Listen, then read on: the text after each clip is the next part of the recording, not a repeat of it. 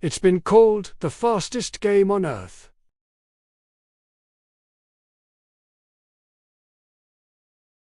But hockey wasn't always played on ice, and it certainly wasn't always this organized.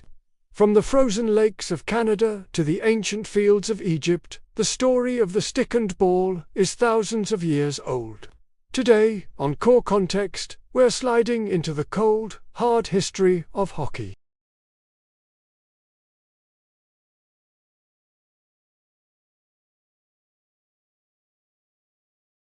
If we rewind the history books, we find versions of field hockey being played in ancient Egypt a staggering 4,000 years ago.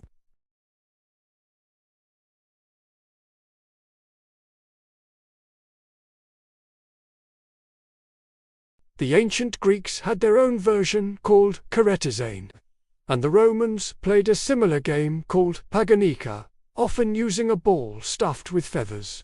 These games were played on dry land, but they laid the foundation for the basic concept: hit a thing with a stick and try to get it into a goal.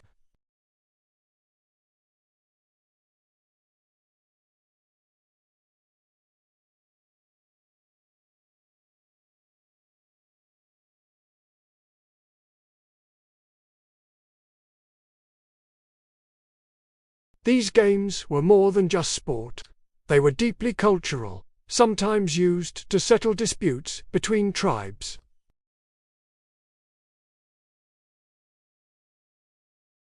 You might know one of its descendants as lacrosse. But the ice part of ice hockey, that's where the weather comes in.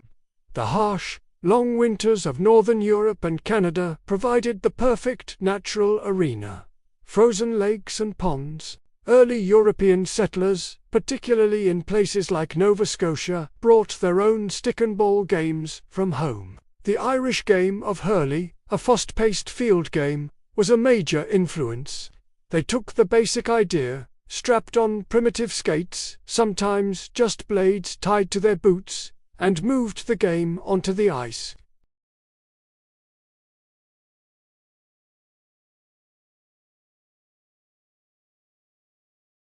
There were no set rules, no defined rink, and often no goalies. It was just pure, chaotic fun on a frozen pond. Before we get into how the NHL was born, if you're a fan of sports history and how these games came to be, make sure to like this video.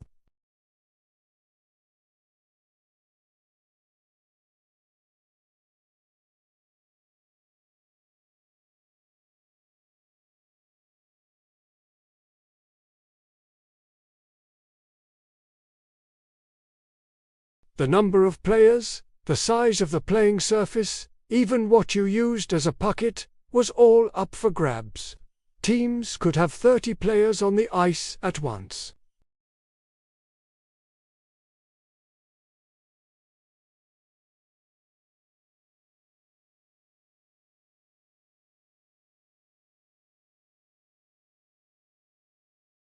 That change came on March 3, 1875. In Montreal, Canada, the first organized indoor game of hockey was played at the Victoria skating rink. A student from McGill University, named James Crichton, organized the game and introduced several key innovations. The most brilliant one: they replaced the bouncy rubber ball with a flat, circular piece of wood. This was the world's first hockey puck. Its design kept it on the ice, making the game safer for spectators and more controllable for players.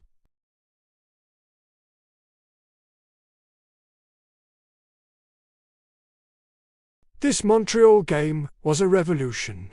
It was the moment shinny started to transform into the sport we recognize today.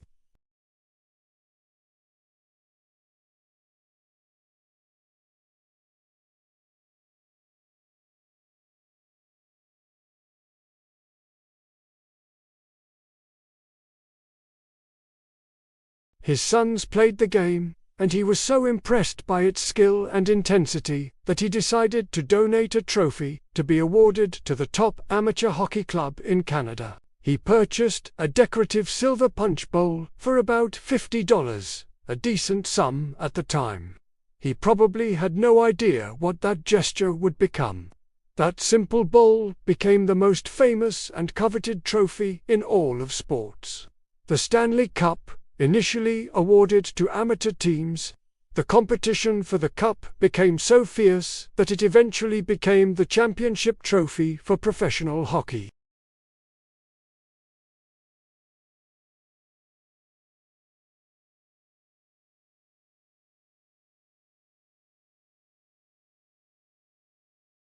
As the sport grew, so did the ambition. Professionalism began to creep in, and team owners wanted a more stable, elite league. In 1917, after a series of disputes within the existing National Hockey Association, several team owners met in a Montreal hotel and decided to form a new league. That league was the National Hockey League, or NHL. For decades, the league was a small, tight-knit club dominated by just 6 teams: the Montreal Canadiens, the Toronto Maple Leafs, the Boston Bruins, the Chicago Blackhawks, the Detroit Red Wings, and the New York Rangers. This was the original 6 era. It was a time of intense rivalries and legendary players who became folk heroes. This era gave us icons like Maurice "Rocket" Richard, the fiery scorer from Montreal. This era gave us icons like Maurice "Rocket" Richard, the fiery scorer from Montreal, and Mr. Hockey himself, Gordie Howe, who was famous for his incredible longevity and toughness.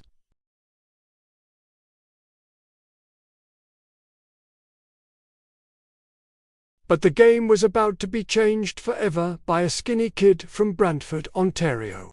In 1979, Wayne Gretzky entered the league. He wasn't the biggest or the fastest, but his mind was on another level.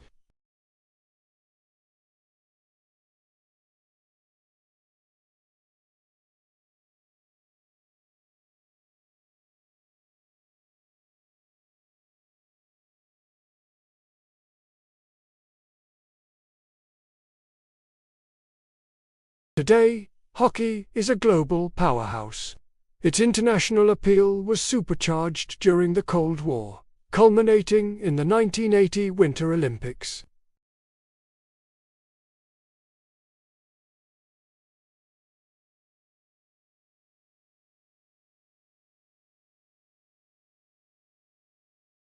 It proved that hockey could create stories that transcended the game itself, and the game has only gotten faster. The modern-day speed and skill of players like Connor McDavid are breathtaking.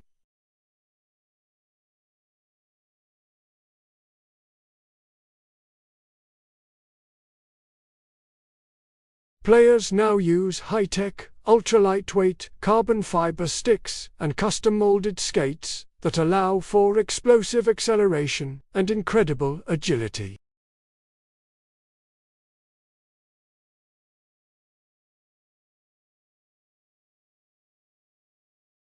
The game's reach has expanded far beyond its cold-weather origins, with successful NHL franchises thriving in warm climates like Las Vegas and Florida.